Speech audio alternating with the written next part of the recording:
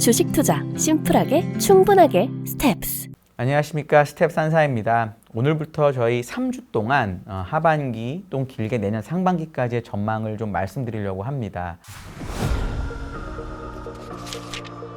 올해 상반기를 좀 돌아보면은 어떤 주식, 어떤 지수를 가지고 있었느냐에 따라서 정말 희비가 많이 엇갈렸을 것 같습니다. 전 사실 이렇게 평균 회귀라고 하는 저희 연간 전망의 내용이 이렇게 급격하게 나타날지는 사실 몰랐는데, 다우존스 지수 같은 경우에는 저희 촬영일이 5월 31일인데 이 촬영일 기준으로 올해 아직도 주가가 마이너스입니다. 반대로 나스닥 같은 경우는 촬영일 기준으로 무려 23%나 올라 있습니다. 물론 대형주는 정말 많이 올랐고요. 반대로 보면 작년엔 다우지수는 막 장이 엄청 나쁘다라고 사람들이 얘기했었음에도 불구하고 9%밖에 안 빠졌었고, 환율까지 감안하면 다우는 사실 작년에 빠진 게 없었고, 나스닥은 작년에 무려 34%나 빠졌습니다. 그러니까 올해하고 작년을 비교해 보면 올해는 나스닥, 작년은 다우였다라는 거죠. 여기서 상반기 핵심은 뭐냐면, 남들이 많이 빠질 때 내 거가 덜 빠지는 것도 기분이 좋지만, 사실은 남들이 오를 때 내 거가 훨씬 더 많이 오르는 게 기분이 훨씬 좋습니다. 반대로 남들이 오를 때 내 거 주가가 못 오르면 정말 싫어하시는 분들이 많거든요. 다우와 관련된 종목, 작년에 다우가 좋았기 때문에 올해 다우와 관련된 종목이나 업종을 갖고 계셨던 분들은 올해 장이 좋고 뭐가 많이 오르고 이런 얘기를 듣는 게 되게 괴로우셨을 것 같아요.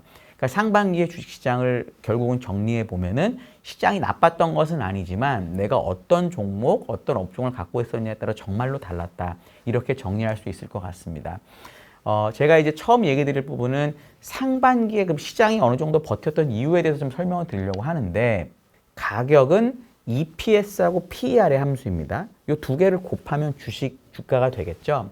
먼저 PER을 한번 생각해 보면 이 PER을 결정하는 요소 중에 하나가 자기 자본 요구 수익률입니다. 영어로 Cost of Equity라고 하는데, 이 Cost of Equity가 올해 들어서 높아질 수도 있다라는 걱정들이 되게 많았습니다. 그러니까 PER이 떨어진다라는 거였고, 그러니까 장을 진짜 나쁘게 보는 사람들이 3천을 얘기했던 이유가 이 PER이 많이 떨어진다라는 것이었습니다. 이 논리가 뭐였냐?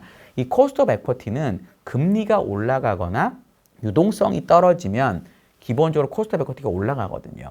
작년 10월 24일이 아마 금리의 고점으로 제가 기억을 합니다. 10월 12일인가 뭐 이때가 금리의 고점인데 4.24%가 금리의 고점이었습니다.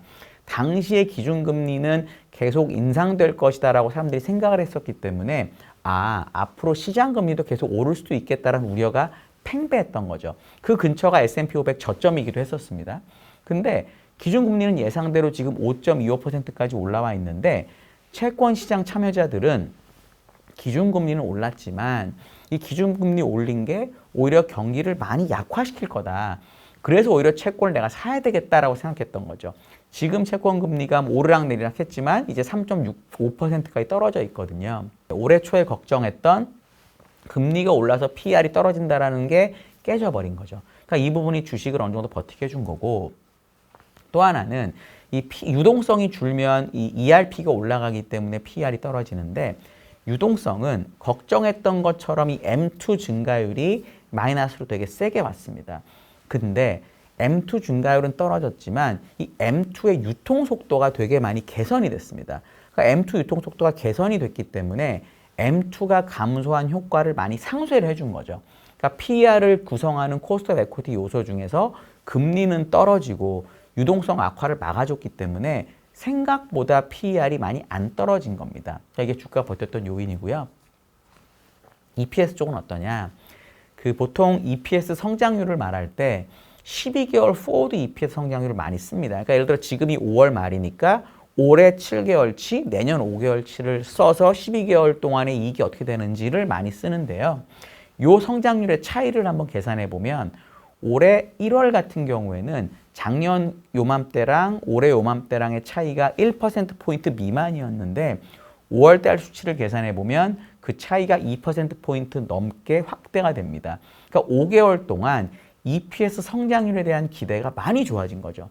EPS 성장률의 기대가 좋아지면은 당연히 주식에도 좋을 수밖에 없습니다. 거기다가 1분기 실적 발표에 대한 걱정도 많았는데 작년 4분기에 EPS 성장률이 마이너스로 갔거든요. 그래서 1분기는 그거보다 더 나빠질 줄 알았는데 1분기는 그거랑 비슷하거나 소폭 좋았거든요. 그러니까 실적도 잘 버티다 보니까 이 PER, EPS가 버텨주면서 주식이 나쁘지 않았던 겁니다. 요거를 나스닥, S&P, 다우를 그러니까 주가를 PER하고 EPS로 분해해서 한번 계산해 보면 어떻게 되냐면 나스닥이 주가가 많이 오른 건 PER의 변화는 별로 없는데요. EPS가 정말 컨센서스만큼 EPS가 많이 오르면서 주가가 오른 거고요. S&P는 EPS가 오른 건 사실 거의 없습니다. 근데 PER 레이팅하는 되는 부분이 많이 반영이 되면서 주식이 올해 8%쯤 오른 거고요. 다우는 PER 레이팅도 없고 EPS도 전혀 늘지 못했습니다. 그러니까 이게 두 가지가 전혀 없다 보니까 다우존스 지수는 주식이 안 됐다. 이렇게 이해하시면 될 것 같습니다. 올해 하반기 내년 상반기까지 주가 전망을 아주 간략하게 얘기를 해보면 저는 여전히 올해 말 종가가 작년 말 종가보다는 높을 것이라고 생각을 합니다. 그리고 역시 평균 회귀라고 말씀드렸던 작년 말의 주장을 바꿀 생각은 없는 것 같습니다. 그래서 여전히 하반기 종가는 작년 말보다 좋을 거고 나스닥이 더 좋을 거다라는 생각을 가지고 있는데 단기적으로는 특히 6월 달을 놓고 보면은 조금 조심해야 될 필요가 있다. 특히 나스닥 같은 경우는 이 정도로 많이 쏠리면 일반적으로는 주식이 한 번은 뒤로 밀리는 경우가 되게 많고요. 특히나 이 부채 한도 협상이라고 하는 이런 이벤트가 있었는데 2011년에 한번 겪었잖아요. 그러다 보니까 이번에는 2011년에 원래 부채 한도 협상을 하는 요 기간 동안 주식이 빠졌었고요. 그리고 신용등급 강등이 되면서 더 빠졌는데 이번에는 별일 없을 거야. 별일 없어라고 생각하다 보니까 부채 한도 협상하는 기간에 주식이 안 빠지고 예를 들어 나스닥은 많이 올랐거든요. 그럼 오히려 셀온 뉴스가 될 수도 있다. 그러니까 부채 한도 협상이 타결이 되고 의회 통과하고 뭐 이렇게 되면 오히려 사람들이 이제는 차익 실현해야 되지 않을까라고 생각할 수도 있기 때문에 저는 6월 달에는 그런 점을 조심할 필요가 있다라고 보고요.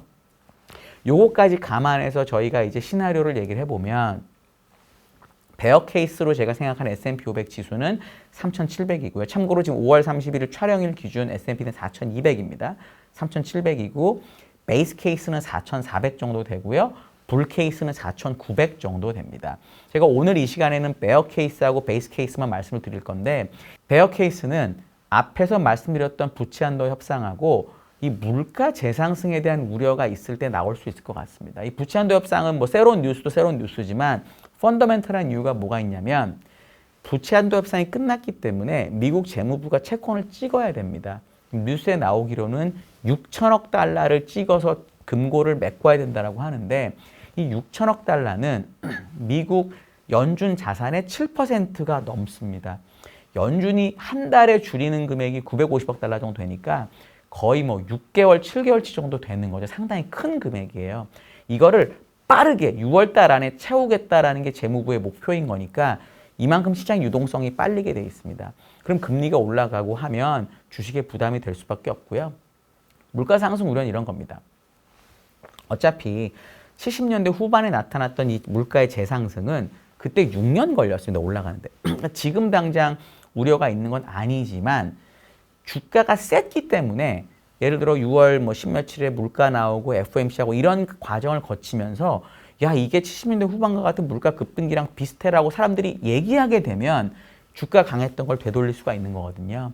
그러니까 이 부채 한도 협상이 끝났다라는 점하고 이 물가라는 부분이 어느 정도 약세를 베어 케이스 3,700을 유도할 수 있다라고 보고요. 참고로 CN의 Fear and Greed Index도 되게 높은 편입니다.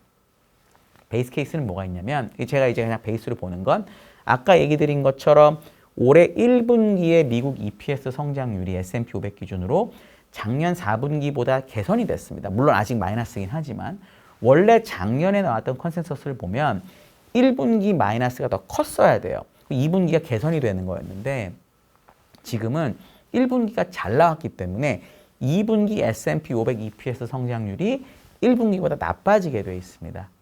S&P 500 EPS 성장률 같은 경우에는 기본적으로 7월 뭐 한 말이 돼야 나올 거잖아요. 2분기 실적 발표가 나오니까. 그러니까 주식으로 치면은 그 전에 어딘가에서 바닥을 만드는 게 맞는 거죠. 그게 이제 아까 베어 케이스랑도 연결이 되는 거고 또 하나는 제가 1930년대부터 2018년까지 20% 정도 이상 주식이 빠진 상황에서 그러니까 더 이상 바닥을 안겠다고 봤을 때 전고점까지 회복하는 기간을 한번 다 찾아봤습니다. 보통 많이 빠지면 전고점까지 회복하는 기간이 길어집니다. 예를 들어서 1932년의 대공황 때는 29년부터 32년까지 86%가 빠집니다. 그렇게 많이 빠졌기 때문에 고점까지 회복하는 기간이 무려 22년이 걸렸습니다. 이런 장이라면 주식을 할 수가 없는 거겠죠. 근데 일반적으로 20에서 25%, 뭐 28% 빠졌던 경우가 제일 많은데 이때는 보통 짧으면 0.3년, 2018년에 0.3년 만에 전고점을 돌파했고요. 길면 60년대 1.2년입니다. 이번에는 작년 10월에 바닥을 찍고 3,577에 지금 5월 말까지 약 7개월이 지났거든요. 과거 사례로 보면 이 3,577이라고 하는 종가 기준 저점을 깨지 않는다면, 그러니까 진짜로 2분기에 실적 마이너스 되는 게 저점이라면 종가를 안 깰 걸 가능성이 높거든요.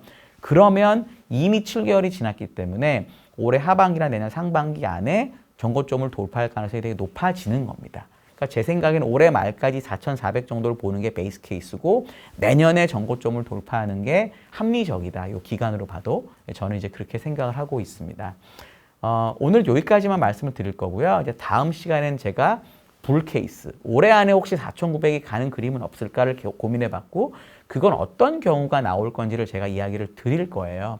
그리고 그 다음 시간에는 저희 업종하고 뭐 종목 이런 거를 저희 강재구 연구원이 되게 팀을 되게 잘 골라왔거든요. 그 얘기를 이제 그 다음 시간에 드리도록 하겠습니다.